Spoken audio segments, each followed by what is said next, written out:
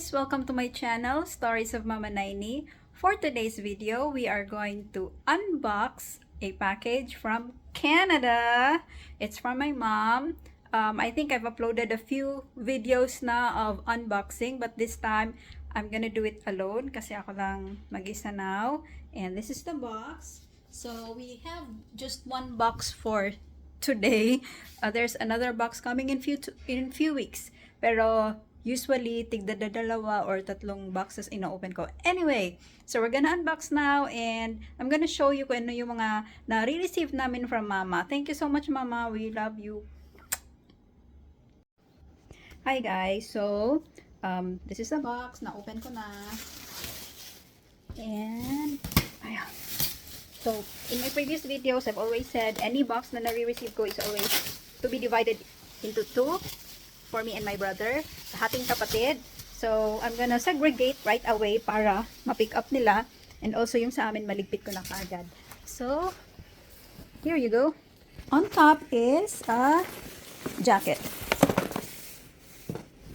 It's a jacket for my husband.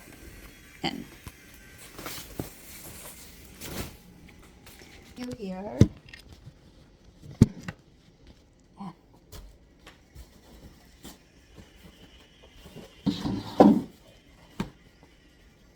So we have thank you.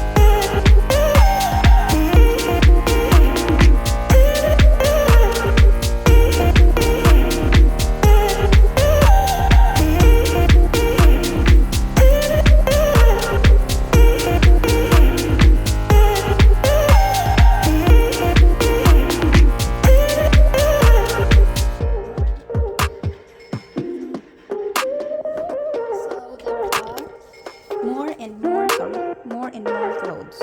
Okay, hold on. I need to unpack my...